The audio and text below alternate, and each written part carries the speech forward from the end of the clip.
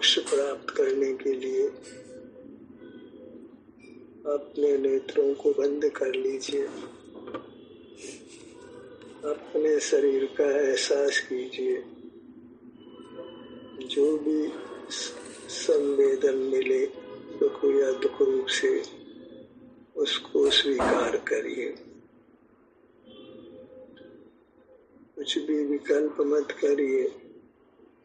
इतना ही मोक्ष का मार्ग है, इतना ही पारलौकिक जीवन है, धार्मिक जीवन है। इससे परे जो भी कुछ हम करते हैं वह सब लौकिक है और उससे संसार की ही रचना होती है। मोक्ष मार्ग बिल्कुल नहीं होता है। पूरे विश्व में 150 लोग भी ऐसे नहीं होंगे जिनको जैन शास्त्रों के अध्ययन की कोई गंभीर रुचि है।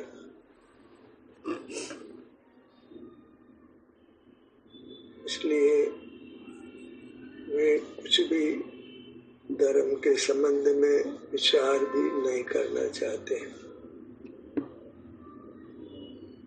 हम अपने अनुभव से जान लें कि शरीर का एहसास करने से हमको शांति मिलती है, स्वास्थ्य लाभ होता है, कषायों का नाश होता है। तो इसी विधि से हम वितराग होकर परमात्मा होंगे।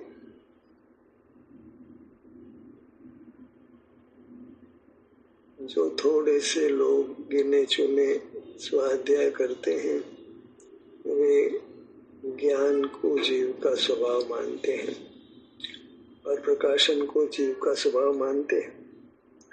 और पर प्रकाशन इंद्रियों से होता है तो उनका ये मानना तो स्पष्ट रूप से ही मिथ्या भाषित होता है। शास्त्र पढ़ने वालों का यह हाल है तो नहीं पढ़ने वालों से हम क्या अपेक्षा रख सकते हैं? उनसे क्या हम धर्म की चर्चा कर सकते हैं? कुछ थोड़े से लोग हैं जो धर्म को बस मंदिर जाने, अभिषेक करने, पूजन करने तक सीमित रखते हैं। कुछ अहिंसादी क्रियाओं को पाल लेते हैं। इससे अधिक उनको धर्म से कोई प्रयोजन नहीं है। हमें तो धर्म को प्रयोगात्मक रूप से देखना है। नेत्रों को बंद करके हम अपने शरीर से युक्त होते हैं तो हमें अच्छा अनुभव होता है। हम अपने स्वास्थ्य में लाभ महसूस करते हैं। आघातिक दोषों से मुक्त होते हैं तो हमें निसंक होकर इस मार्ग पर चल पड़ना है। इसको मोक्ष मार्ग मानना है।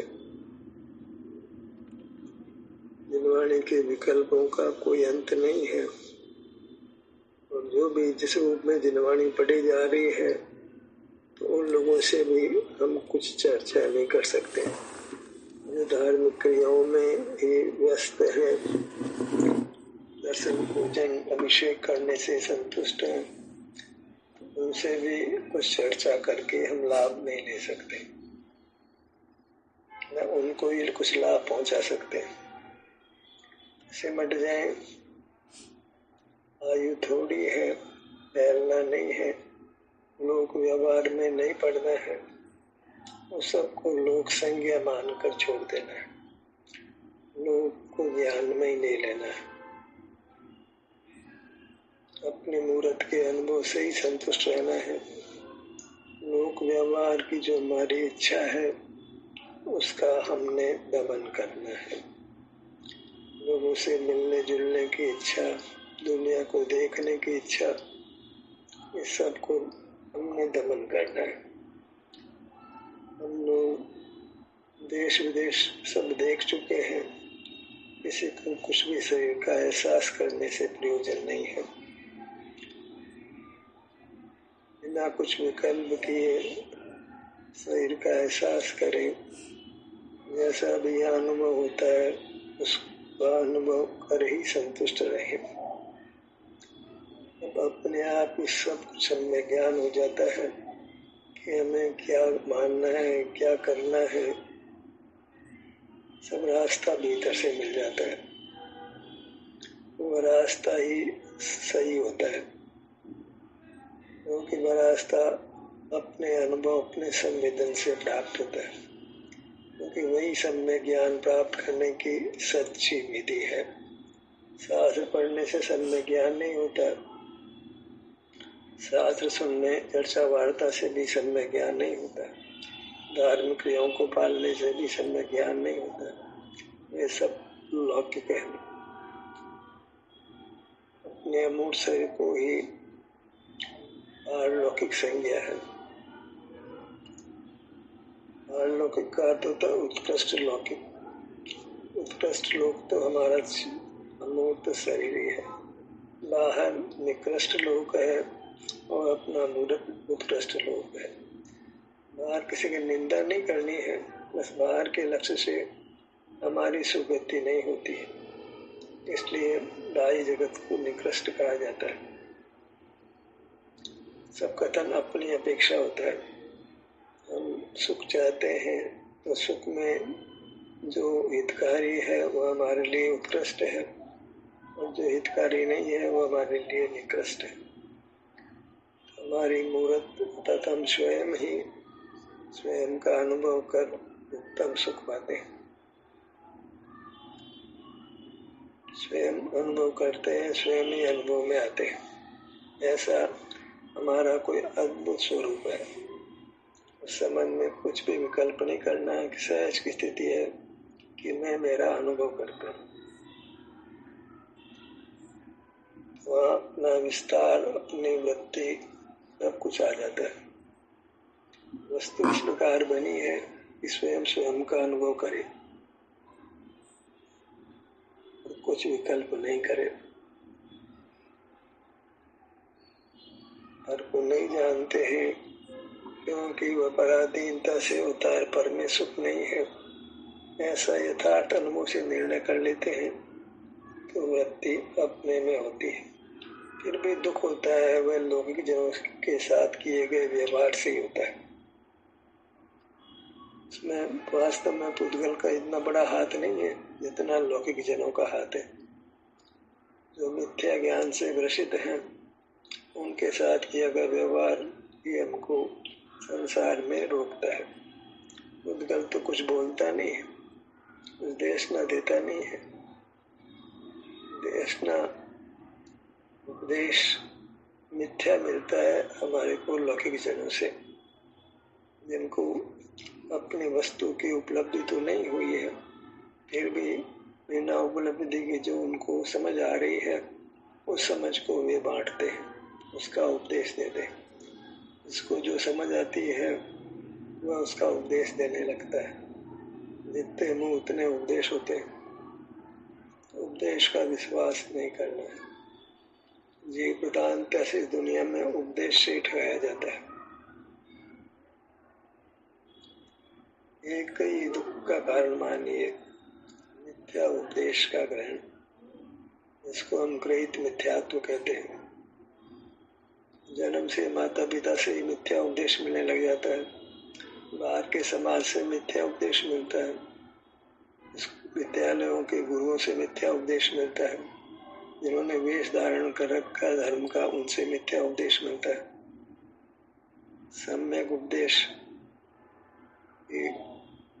न होने के समान स्थिति है। ऐसे में हम इस स्थिति तक पहुंचते हैं कि हम अपने शरीर का एहसास करते हैं, तो एक बहुत बड़ी उपलब्धि है। अपने शरीर का एहसास करना ही एक पारलौकिक क्रिया है, धार्मिक क्रिया है, संसार से हमको मुक्त करने की क्रिया है। यही एक स्वाधीन क्रिया है। इसके अतिरिक्त जो भी कुछ हम करेंगे उसमें कहीं न कहीं पर की स्वतंत्रता है, पर की सहाय है, ना आश्रय नहीं है, अपने मूर्त का आश्रय नहीं है, पर का ही आश्रय है। एक और पर का आश्रय है, एक और अपनी मूर्त का आश्रय। पर का आश्रय भी वास्तव में पर की मूर्ति के आश्रय से ही होता है। एक एक और पर की मूर्ति है, एक और अपनी मूर्ति है। तो काम अपनी मूर्ति के आश्रय से बनता है। परमात्मा की मूर्ति भी हमने स्थापित की एक स्थापना निक्षेप से। तो परमात्मा तो नहीं है, पर मान लेते हैं कि ये परमात्मा है। फिर भी कुछ मोक्ष मार्ग हमको प्राप्त नहीं होता है। अनादि से अनंत बार हमने जिन प्रतिमा को देखा है, ऐसा नहीं कि जन्म में देखा है, अनादि से चले आए हैं। और जिन प्रतिमा भी अनादि से चली आती है, हम भी उसको देखते आए हैं। मनुष्य का ही रूप है, बस ध्यान की मुद्रा है। और लोक में तो भगवान के रूप में ध्यान की मुद्रा भी नहीं होती, वहाँ तो एक लौकिक पुरुष का ही रूप दिखाया जाता है। वहाँ कुछ धार्मिक ऐसा नहीं है। दया दान की कोई बात हो तो वो तो कोई मोक्ष मार्ग नहीं है। मोक्ष मार्ग तो अपने स्वरूप में और अपने शरीर में लीन होने रूप है। और शरीर में लीन होना है, जिसकी बात तो धर्म ग्रंथ भी नहीं कहते। आत्मा में लीन होना है। हम आत्मा कहाँ से लाएं? हमारे को तो शरीर प्राप्त है, शरीर का व्यवहार करते हैं, शरीर से चलते हैं, शरीर से बोलते हैं, शरीर से उठते हैं, शरीर से सुख दुख भोगते हैं। आत्मा कहाँ से लाएं? आत्मिक जीवन कहाँ से लाएं? शरीर में सुख का अनुभव होता है, वो तो शरीर का अनुभव है। अतीन्द्रिय सुख कहाँ से लाएं? आत्मिक सुख कहाँ से लाएं? लोक में कोई धर्म का उपदेश प्राप्त हो, इसकी कोई संभावना लगभग नहीं है। ज्ञान कोई स्वभाव बनाया जाता है जो पराधीन भाव है, और अनेक पराधीन भावों को जीव का स्वभाव बनाया जाता है। जीव का स्वभाव तो अत्यंत सीमित है, एक है, वह सुखानुभूति है। उसी को आत्मानुभूति कहे, सुखानुभूति कहे, एक ही बात है कि आत्मा सुख का बना होने से सुख ही है। विशेषण से विशेष्य कहा जाता है, तो सुख से ही हमारा स्वरूप कहा जाता है। एक विस्तार से कहा जाता है। विस्तार भी मनुष्याकार है, कभी त्रियंशाकार होता है, कभी एक इंद्रिय का आकार, कभी दो इंद्रिय का, कभी तीन इंद्रिय का। कोई निश्चित आकार संसार में नहीं मिलता है। उसी आकार में हमें अपनापन करना होता है, उसी आकार में हमको लीन होना होता है, उसी आकार में हमको अपने आप को सीमित करना होता है। और ये अनुभव से हमको निर्धार हो जाता है कि यही मार्ग है। अब ये भले ही बाहर के उपदेश से इस मैच नहीं करता हो, मिलता नहीं हो, और अनुभव से मैच करता है, तो हमें स्वीकार कर लेना चाहिए। किसी को सर्टिफाई, अनुभव को किसी की सर्टिफिकेट की जरूरत नहीं होती। अनुभव स्वयं प्रमाण होता है, उसको अन्य प्रमाण पत्र की जरूरत नहीं होती। ये बात हमको अच्छी तरह समझ लेना चाहिए। हम हमेशा प्रमाण पत्र मानने लगते हैं। आगम प्रमाण, आगम प्रमाण। अनुभव को किसी प्रमाण की जरूरत नहीं होती है, अनुभव स्वयं प्रमाण होता है। अनुभव को प्रमाण संज्ञ है, हमें किसी भिन्न प्रमाण की अपेक्षा नहीं करनी चाहिए। जिन प्रमाण तो वास्तव में प्रमाण ही नहीं होते, यथार्थ प्रमाण तो अनुभव ही होता है। अनुभव से हमको ये स्वीकार हो जाता है कि हम अपने अनुभव में सुख है। आँख से मस्तक तक यही हम अपना एहसास करते हैं। नेत्रों को तो देखने का कोई मतलब नहीं है कि उसका विषय तो मूर्त पदार्थ है। नेत्रों को तो प्रथम ही बंद करते हैं और अपने से का एहसास करते हैं, वो हमारा एहसास है। और उसमें निश्चित ही हमको कुछ अपूर्व सुख अनुभव में आता है जो हमने पहले नहीं भोगा था। एक विचार निर्णय उत्पन्न होता है कि यही मार्ग है, यही मार्ग होना चाहिए, यही धर्म का स्वरूप है, यही पारलौकिक जीवन है, उत्तम जीवन है, यथार्थ जीवन है, स्वस्थ जीवन है, निर्दोष जीवन है। और इसमें सकल कर्मों का नाश होता है, परमात्मा पद की प्राप्ति होती है। और इस स्थिति में हमको विश्राम मिलता है, क्योंकि अन्य सब प्रवृत्तियों को का रुक जाती है। अन्य सब कोई प्रवृत्ति नहीं होती जिससे हम थकते हैं। इस कार्य में थकावट नहीं होती, विश्राम मिलता है। निद्रा की आवश्यकता कम हो जाती है, आहार की आवश्यकता कम हो जाती है, बाह्य चेष्टाओं की आवश्यकता कम हो जाती है, धन की आवश्यकता कम हो जाती है, मित्रों परिजनों की आवश्यकता कम हो जाती है। हमें एक अपने मूर्त की आवश्यकता रहती है जो सदा ही उपलब्ध है। मोक्ष की सारी सामग्री हमको अनादि से मिली हुई है, बस हम बाहर ढूंढ रहे थे। अब अपने में आए तो हमारे सुख को बाहर ढूंढने का प्रयत्न समाप्त हो गया। कहीं ढूंढना ही नहीं है, मंदिर में, तीर्थों में, अन्य गुरु में, शास्त्रों में। मार्ग तो अपने मूर्त में ढूंढना है। अपने मूर्त में आते हैं तो मार्ग मिल ही जाता है, पल भर में मार्ग मिल जाता है। प्राप्त करने की तीव्र इच्छा हो तो अपने मूर्त में आते ही हमको शांति हो जाती है, अद्भुत परिणति हो जाती है और विश्वास हो जाता है यही मार्ग है। इसको किसी की दुआई की, किसी की समर्थन की आवश्यकता नहीं होती। अनुभव को किसी सर्टिफिकेट की, किसी के कहने की, किसी के सपोर्ट की आवश्यकता नहीं होती। अनुभव एक शक्तिशाली तत्व है जो सकल कर्मों का नाश करने में समर्थ है, मन को उत्तम सुख देने में समर्थ है। आइए मुखमंडल पर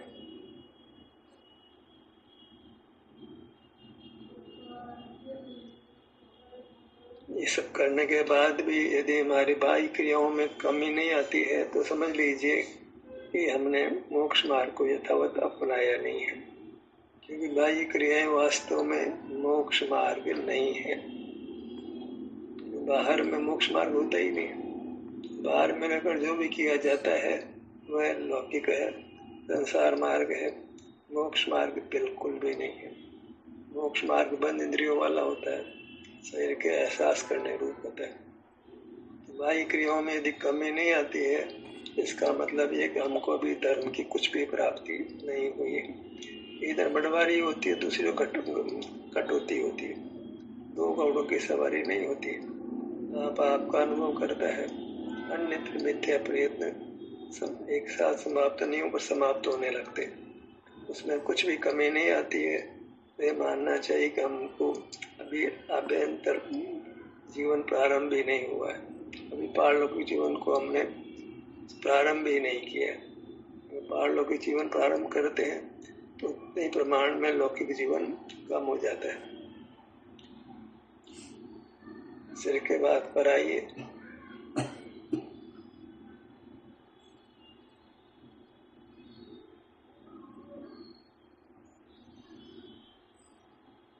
ये सब होता है एक विश्राम के मानस से। सब प्रवृत्ति से विराम लेकर हम इस काम को करते हैं। बाह्य प्रवृत्ति को रखकर ये काम नहीं किया जा सकता है। चाहे आप सर्विस करते हो, घर के काम काज करते हो कि धार्मिक क्रियाओं को करते हो, उन सबको करते हुए आप शरीर का एहसास नहीं कर सकते। ये अलग बात है कि भीतर बाहर की स्थिति बने, पर जिस समय हम अपने शरीर का एहसास करते हैं उस क्षण अन्य कार्य नहीं किए जाते, नहीं कर सकते। बाहर भी रहना और अपने में भी रहना, ये दोनों कार्य युगपथ कदापि नहीं हो सकते। ललाट का भाग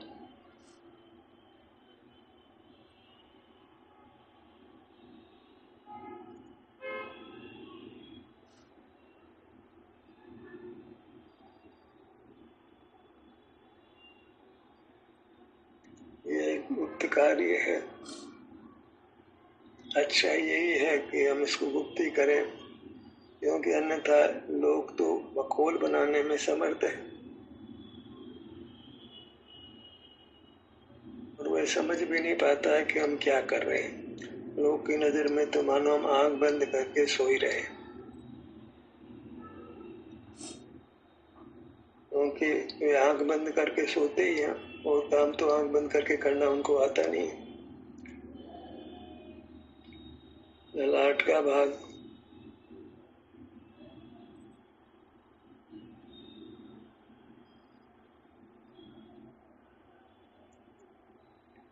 भ्रूमध्य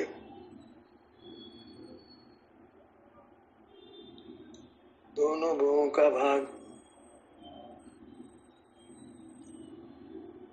हम अपने क्षेत्र की मर्यादा में रहते हैं। उस क्षेत्र में जब अंग विभाग करते हैं तो फिर अंगों का नाम आ ही जाता है, अन्यथा विभाग होना संभव नहीं है।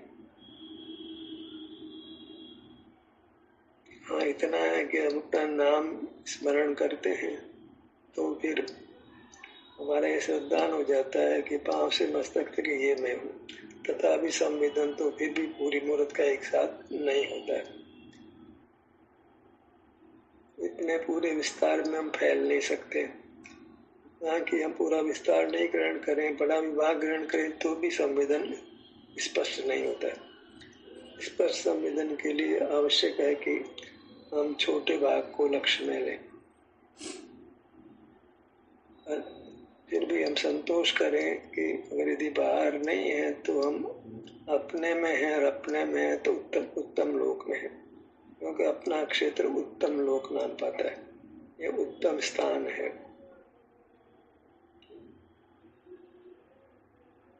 बाहर में तो लोग महल बनाते हैं रहने के लिए, पर वह सब तो पौद्गलिक रचना है, उसमें किंचित भी सुख नहीं, उससे किंचित भी सुख नहीं।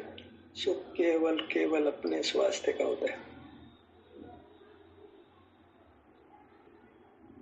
बायां नेत्र, दायां नेत्र, हमने तो एक ही प्रण लेना है कि अपने शरीर का एहसास करके अपने शरीर को अत्यंत स्वस्थ करना है। यही धर्म का स्वरूप है, यद्यपि लोक में इसको धर्म के रूप में कोई पहचानता नहीं है।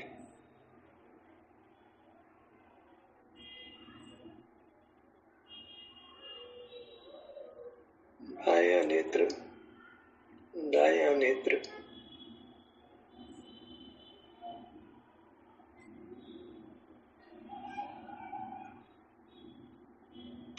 बहुधा भागों में हमको वेदना स्थिति मिलती है, उसका अनुभव करते हैं तो हमको अच्छा लगता है।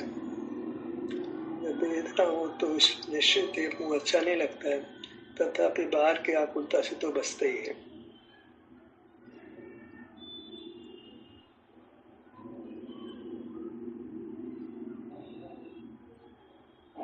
बाहर के विकल्पों का तो इतना बुरा हाल है, तो उन विकल्पों को करते रहे तो रात्रि में निद्रा भी नहीं आती है, निद्रा लेना भी मुश्किल हो जाता है। बाहर का जीवन तो इतना खतरनाक है, जो बाहर में बहुत व्यस्त रहते हैं, बहुत हानि लाभ के पकड़ों में रहते हैं, तो वे करवटी बदलते रहते हैं, और निद्रा आ भी जाती है तो अच्छे स्वप्न नहीं आते।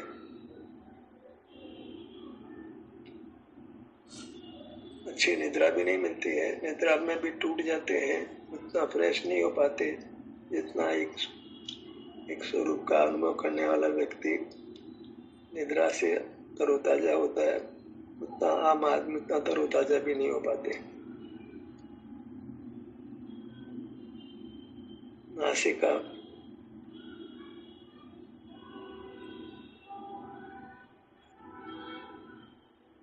बायां नथुना, दायां नथुना। लोग को ये कार्य प्रिय नहीं हो तो हमें मुक्त रहकर इस काम को करना चाहिए, पर इस काम को छोड़ेंगे तो हम सुख को ही छोड़ेंगे, दुख को ही पाएंगे।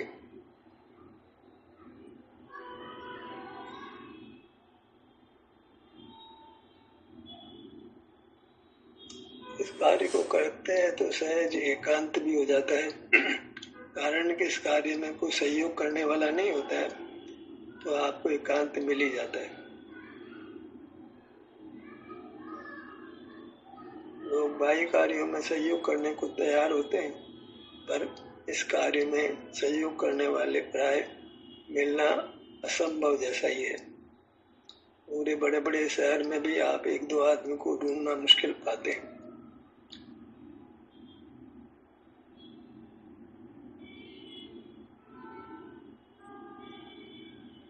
बायां नथुना, दायां नथुना। तथाकथित धार्मिक समुदाय के बीच में भी आप रहें तो भी शरीर का एहसास करने के लिए आपका साथ देने वाला एक व्यक्ति का मिलना भी दुर्लभ जैसा है।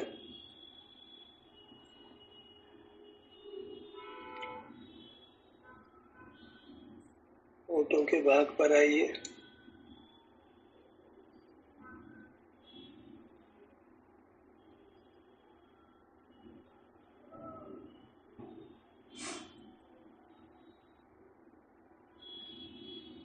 ये काल ही ऐसा है, स्वास्थ्य बिगड़ने के अनेकों कारण मिल जाते हैं। ऐसे में बहुत सावधान रहने की आवश्यकता है। कब कौन किस बीमारी से ग्रस्त हो जाए और उसका आयु नाश को प्राप्त हो जाए, इसलिए इस काम में किंचित भी प्रमाद करना योग्य नहीं है। लौकिक कार्यों में कुछ भी समय लगाना हमारे लिए महान अहित का कारण ही बनता है। शरीर का एहसास करने के अलावा जितने भी कार्य हैं वे सब लौकिक हैं। जिन दर्शन कहें, पूजन कहें, अभिषेक कहें, स्वाध्याय कहें, सब बहिर्मुखता में होने से सब के सब लौकिक है। जितना शरीर का एहसास करते हैं उतना ही पारलौकिकता है, उतना ही धर्म का स्वरूप है। जितना हम अपने शरीर में निवास करते हैं उतना ही धर्म का स्वरूप है। बस एक की प्रतिज्ञा के शरीर में निवास करना, शरीर में रहना।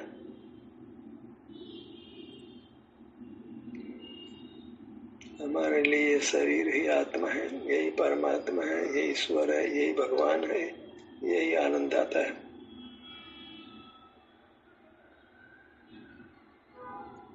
सीने का भाग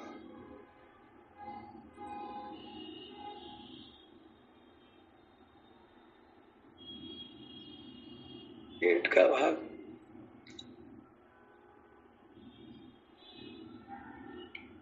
पीठ,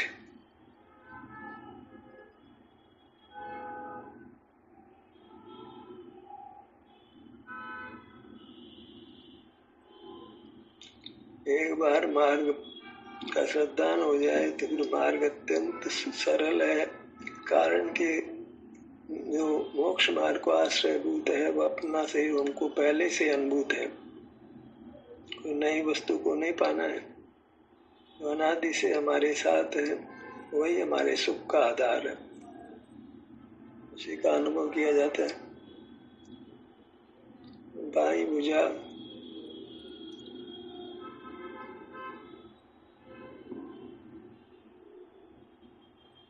दाई भुजा, बायां पैर, दायां पैर। आप लक्ष्य बनाएं कि आपको हर भाग को कवर करना है, कभी बड़े भाग से, कभी छोटे भाग से। अपनी मूर्त को बिना अनुभव किया हुआ, बिना संवेदन किया हुआ नहीं रखना है। जितना संवेदन करते हैं उतना ही हमारी मूर्त स्वस्थ हो जाती है, सुखद अनुभव में आती है। ज्ञान का सत्र यही समाप्त होता है। आपकी सहभागिता के लिए धन्यवाद।